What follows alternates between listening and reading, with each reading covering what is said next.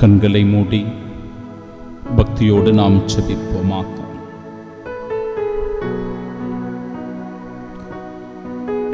அன்புமிக்க சகோதர சகோதரிகளே, நம் மத்தியில் பல பிரிவினை சபைகள் இருக்கிறது. நாம் கத்தோலிக்கர் என்று நம்மை சொல்லிக் கொள்ளுகிறோம். சிஎஸ்ஐ பிரிவை சார்ந்தவர்கள் இருக்கிறார்கள், பெந்தகோஸ்து சபையினை சார்ந்தவர்கள் இருக்கிறார்கள், இன்னும் பல பிரிவை சேர்ந்த சபைகள் இருக்கின்றன.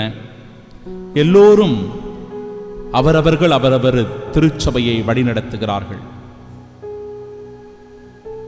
ஆனால் இறைவன் விரும்புவது, தந்தையே, எல்லாரும் ஒன்றாய் இருப்பார்களாக.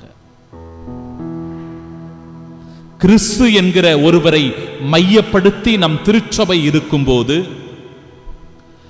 கிறிஸ்து நம் திருச்சபையினுடைய தலைவராக இருக்கின்ற போது, கிறிஸ்துவை நாம் ஒவ்வொருவரும் முதன்மைப்படுத்தி நம் திருச்சபையை வழிநடத்துகிற போது உண்மையிலேயே அந்த ஒற்றுமைக்கான வழி பிறக்கும். அந்த ஒற்றுமைக்கான வாய்ப்புகள் அதிகமாகும்.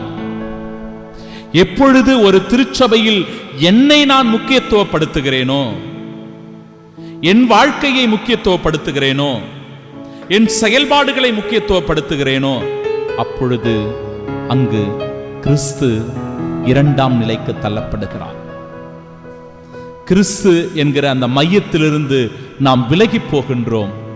அதனால் நமக்குள் போட்டி, பொறாமை, நீ பெரியவனா நான் பெரியவனா என்கிற எண்ணம், வேறுபாடுகள், பாகுபாடுகள் அதிகமாகி விடுகின்றன. திருச்சபையில் பிளவுகள் உண்டாகிறது.